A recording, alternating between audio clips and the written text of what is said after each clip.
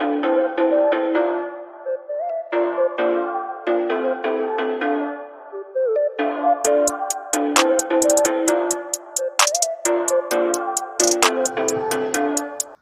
pessoal, estou aqui de novo. Como aparentemente as 5 pessoas que gostam de mim me deram um feedback positivo quanto ao vídeo do colecionador que eu fiz anteriormente, eu resolvi fazer mais um. Falar mais um pouco sobre algumas coisas que eu ando lendo e dar um norte talvez para quem se interesse pelo que eu estou falando aqui. Eu já vou ficar muito feliz se isso acontecer, se eu tiver um feedback positivo desse uma vez. Olha, eu li um livro porque tudo citou, para mim vai ser demais. Eu vim aqui hoje falar sobre o livro que eu li no ano passado, um livro que eu achei muito bom, para mim, foi excelente, me ensinou muita coisa, me mostrou algumas coisas que eu nunca tinha percebido e que eu não vi ninguém citar. O nome do livro é Antifrágil. O autor desse livro é Nassim Nicholas Taleb, ele é um libanês, ele é um operador da bolsa, ele foi um operador da bolsa de valores, um operador de derivativos. Mas não se engane, não pense que esse livro aqui serve apenas para quem se interessa por investimentos, finanças ou qualquer coisa do gênero, quem tem o próprio negócio, não. Ali abrange qualquer aspecto da vida, da sua vida. Se você ler esse livro aqui, com certeza você vai ver e vai aprender alguma coisa que vai encaixar para você. E vamos falar um pouco agora dos outros livros dele. Eu não li. Ele escreveu A Lógica do Cisne Negro e Arriscando a Própria Pele. Eu não li esses 2 livros, eu só vou falar daquilo que eu li, só que A Lógica do Cisne Negro ela é bastante citada nesse livro aqui. Então eu posso falar sobre o que ele cita nesse livro. O que seria o cisne negro para ele, para a gente poder começar e ter um ponto de partida maneiro, para a gente poder entender o que ele quer dizer. O cisne negro seria um evento marcante que acontece para uma pessoa, para uma comunidade, para uma cidade, para um país, ou para o próprio planeta. Exemplo, os cisnes negros eles podem ser positivos e negativos. É muito mais fácil para nós identificarmos os cisnes negros negativos. Um exemplo de um cisne negro negativo é a bomba de Hiroshima e Nagasaki. Então, ele é um cisne negro negativo, marcou o mundo, transformou o mundo a partir daquele momento, criou uma nova categoria de armas, que são as armas de dissuasão, que elas não existem para ser usadas, elas existem para desencorajar os outros de usarem. Um outro exemplo de cisne negro, que é positivo, o surgimento dos smartphones. Ele é um cisne negro na vida das pessoas, para muita gente é um cisne negro positivo, para muita gente é um cisne negro negativo, depende da forma como você utiliza essa ferramenta. Ele também cita os eventos de cauda. Um cisne negro nunca vem sozinho. Quanto mais marcante, quanto maior ele for, ele sempre vai ter um efeito de cauda. Por exemplo, o efeito aconteceu, mas ele vai deixando um rastro. E esse rastro vai durar o tanto quanto o evento foi marcante. Por exemplo, um exemplo de cisne negro, a pandemia. Toda a crise, tudo que foi feito, não entrando no mérito político, mas a pandemia, tudo aquilo que aconteceu vai levar algum tempo para ser recuperado. Todo aquele estrago econômico, estrago político, estrago na vida das pessoas. E a cauda é o reflexo desse acontecimento. Tendo em vista isso, tendo mais ou menos explicado o que seriam os cisnes negros positivos, negativos e os eventos de cauda, a gente pode partir para o que é o antifrágil. O antifrágil consiste no seguinte: existem as pessoas que são resilientes, que elas voltam melhor de uma adversidade, elas saem melhor de uma dificuldade, e existem as pessoas que são, nas palavras dele, antifrágeis. Por quê? O resiliente ele volta melhor, ele volta mais forte, ele volta mais preparado das adversidades que acontecem na sua vida de forma aleatória, forma que acontecem. O antifrágil não, o antifrágil ele se propõe essas dificuldades, ele se propõe passar por essas tribulações para que ele se desenvolva. Muita gente precisa de dificuldades, precisa de ter aquela pequena incomodação diária, aquele pequeno probleminha para resolver, para se sentir feliz. Tem gente que é assim, tem gente que precisa ter algo para fazer para se sentir útil. Elas precisam ter certas dificuldades, certos problemas para alcançar desenvolvimento. Aí que entra a questão, muita gente tem essa personalidade, tem esse perfil de antifragilidade, mas por influência externa, por, sei lá, alguma outra, busca a zona de conforto. sem entender que é a zona de conforto que deixa elas tristes, é a zona de conforto que deixa elas para baixo, deixa elas não produtivas, faz com que elas não progridam, não vão para frente. E quando a pessoa se propõe esses pequenos problemas, essas pequenas dificuldades que ela consegue resolver, ela vai ficando mais forte, E quando acontecer um cisne negro na vida dela, um cisne negro pessoal, um evento marcante, positivo ou negativo, mas o negativo, talvez ela passe por ele muito mais preparada e ele não cause o dano que ela causaria caso ela fosse uma pessoa calma, passiva, não resolvedora, não proativa. E quando for um cisne negro positivo, é capaz dela conseguir tirar muito mais proveito dessa situação, ter um ganho muito maior das coisas que esse cisne negro positivo poderia proporcionar na vida dela. Na zona de conforto, a gente já falou, ele cita muito filosofia, mas não da forma como as pessoas têm o estereótipo de que é uma coisa complicada, uma coisa chata, uma coisa inútil. Ele fala bastante sobre mitologia grega, ele cita bastante Nietzsche, é um dos filósofos que norteiam a obra dele, ele mesmo diz isso, que tem gente que vai pensar, pô, o cara cita Nietzsche, Nietzsche ele é compreendido ou não compreendido da forma errada, as pessoas procuram Nietzsche pelos motivos errados no caso, mas isso é assunto para outro dia, a gente vai falar mais disso aqui. Ele cita o mito de Damocles, o mito de Procusto, eu já vou falar deles rapidinho aqui também, e o dilema do Peru, e claro, depois eu vou falar do complexo da Madeira Verde. O que seria a espada de Damocles?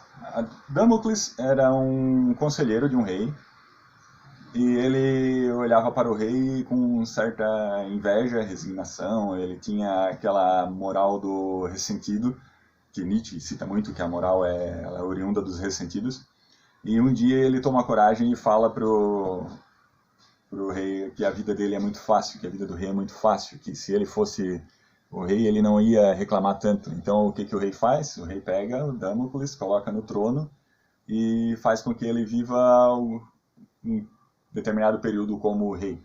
Tem todas as regalias do rei, ele toma as decisões, o rei fica no lugar do Damocles como conselheiro. E o que acontece é que o rei faz como ele ia ficar só um período, ele não ia ter toda a noção dos problemas que é ser um rei. O rei pega uma crina, um fio de crina de cavalo, amarra uma espada de cavaleiro e suspende a alguns metros acima da cabeça de Damocles. Então, no término desse período, Damocles, desesperado, fala para o rei que não sabe como o rei consegue viver daquele jeito. Então ele fala que as pessoas que precisam que elas desenvolvem antifragilidade, que elas desenvolvem a aptidão para essa vida mais turbulenta, que conseguem tirar proveito disso, vivem constantemente sob a espada de Damocles. Por quê? Porque os cisnes negros, eles fazem, a antifragilidade faz com que você adquira resistência, mas não faz com que você fique imune. Se aquela espada, ele estava vivendo como um rei, tomando as decisões como um rei, só que se aquela espada arrebentasse, se aquela crina de cavalo arrebentasse, ia arrebentar a cabeça. E isso seria o efeito catastrófico, né? Que ele explica no livro também que as pessoas que buscam antifragilidade, elas não podem se submeter a estresse excessivo. Tem que ser tudo controlado para que na hora que aconteça um problema realmente sério, ela saiba, ela tenha capacidade de reação. Você não pode se propor um risco que você não é capaz de arcar com ele. Você tem que arcar com os próprios riscos. Você não pode adquirir antifragilidade botando alguém no fogo, porque tem muita gente que faz isso. Ela aprende, adquire conhecimento no trabalho, conhecimento profissional, educacional, que seja, fazendo com que outras pessoas passem o risco por ela. Aí depois que dá a cagada, dá uma merda, ela fala assim, cara, viu, olha só, isso eu não posso fazer. Viu, ele fez errado. Ele fez, mas quando ela tinha o poder de tomar uma atitude e falar, cara, não faz isso, vai dar ruim. Às vezes ela já tem um conhecimento, só que mesmo assim ela deixa porque ela quer ver o que vai acontecer e adquirir conhecimento com aquilo. Tem muita gente que faz isso, inconscientemente ou conscientemente.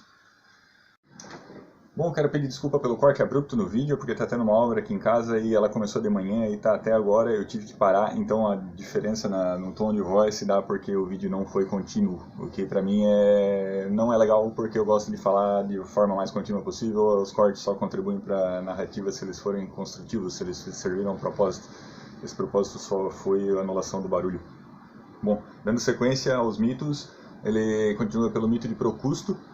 Procusto, na mitologia, era um cara muito legal, muito gente boa, que se você se perdesse na floresta, ele viria a seu auxílio, te colocaria de volta no seu caminho, te auxiliaria de todas as formas. Porém, se ele não encontrasse naquele dia e anoitecesse, ele te levaria para casa, te daria de comer, seria muito hospitaleiro, e se você precisasse dormir lá, ele até cedia a sua cama para ele, para você, ele até cederia a sua cama para você. Mas o que acontece é que se você não servisse na cama, se você ficasse muito grande, ele cortaria seus pés. E se você ficasse muito pequeno, ele te esticaria para que você se acomodasse perfeitamente da forma mais confortável que ele considera. Então a analogia que ele faz é que a sociedade de hoje, o mundo de hoje, é uma enorme cama de Procusto. O mundo quer que você seja feliz, o mundo quer que você se sinta confortável, o mundo quer que você aproveite a vida, que seja o mais hedonista possível da forma que eles acham que deve ser. Eles querem que você consuma mídias, eles querem que você consuma músicas, eles querem que você consuma roupas, mas as roupas que eles decidem, as roupas que eles condicionam para você, e você mal percebe o que está acontecendo porque o mundo é uma enorme cama de Procusto. Essa é uma abordagem que ele fala e que faz com que a gente pense, porra, o que eu tenho que fazer para fugir dessa armadilha, dessa conformidade, dessa enorme cama de Procusto. Na continuidade ele fala de uma parada que é o dilema do Peru. No que consiste o dilema do Peru? Se você olhar no retrospecto, a galinha, os patos, ou sei lá, a galinha, ela vive muito pouco, ela vive mal, ela nasce, algum tempo depois ela já é abatida e ela vira comida. E o peru, se você olhar, durante o ano inteiro ele é bem tratado, durante o ano inteiro ele é bem alimentado, durante o ano inteiro ele é bem quisto pelo seu dono. Só que na véspera do Natal, ao próximo Natal, ele é ceifado. O que nós temos que ter cuidado é para não nos tornarmos o peru.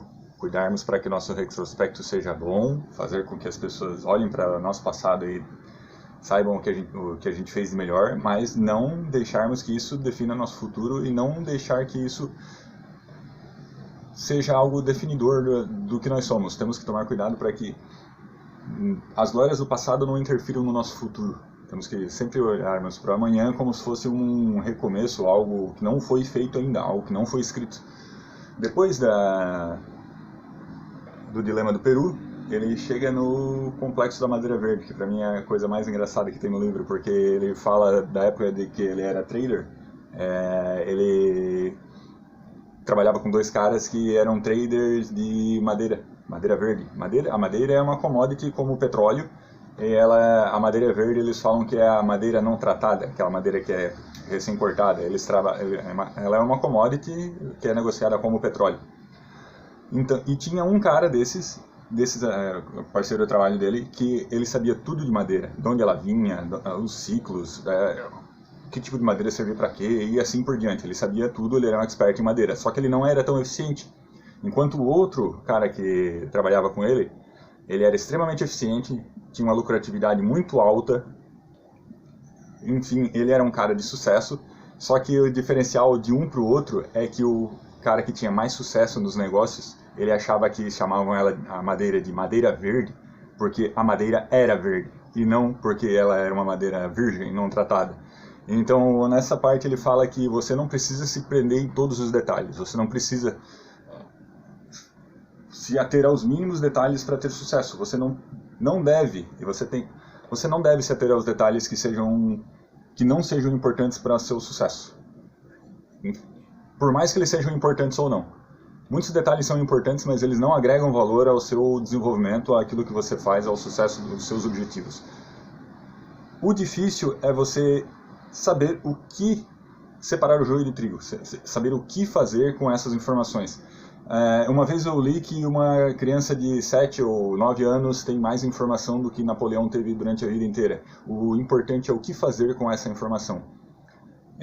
E essa parte exemplifica muito bem, que você tem que filtrar tudo aquilo que você receber e transformar aquilo em proatividade. Descartar o que não for necessário, descartar o que não for útil e fazer a diferença com aquilo que realmente importa. Enfim, esse é mais ou menos isso é uma coisa muito rápida, uma resenha muito superficial do que esse livro aqui representa. Esse livro aqui é o Antifrágil, de Nassim Nicholas Taleb.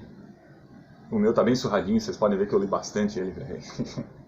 Eu lia no trabalho, eu deixava ele em qualquer canto lá enquanto não estava antes da hora da janta, então ele ficou meio bagunçadinho. Um livro muito bom, um livro que traz muita informação interessante, que vai ajudar você a, com certeza, entender melhor o mundo. E então é isso aí. Espero que eu tenha conseguido explicar os meus pontos de vista, tenha colocado de forma clara as ideias que eu consegui captar desse livro e que vocês tenham gostado dessa conversa. Eu gostei, eu adoro falar das coisas que eu leio, eu tenho prazer em falar as coisas que eu aprendi. E eu espero que tenha sido proveitoso tanto para vocês quanto para mim. A gente conversa, se vocês quiserem voltar aqui semana que vem com mais alguma coisa, com mais um outro livro que eu tenha lido. E então é só. Obrigado, muito obrigado pela atenção. Se você chegou até aqui, é até estranho falar isso, considere-se curtir, compartilhar e se inscrever para que esse meu trabalho continue. É uma diversão para mim fazer isso. Obrigado, tchau.